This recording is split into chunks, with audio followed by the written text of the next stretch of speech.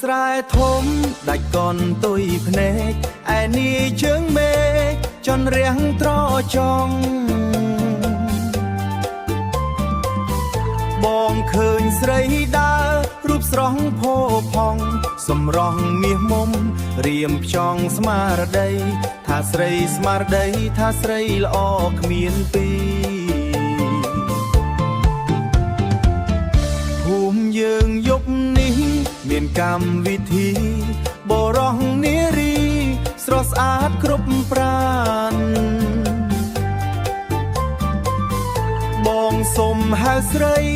មករំគុំខានផ្ដោស្នាមញញឹមហុំផានឈវី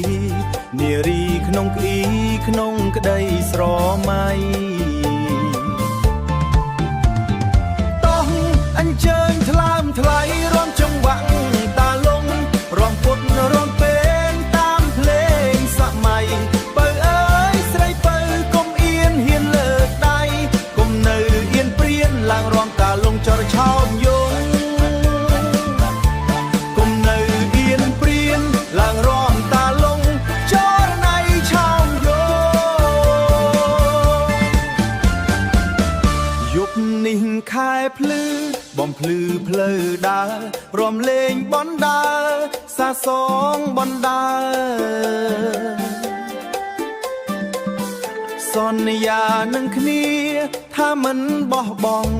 រក្សាស្មោះត្រង់ចូលស្ដីតាមបាប់ចូលស្ដីតាមច្បាប់ប្រពៃណីខ្មែរ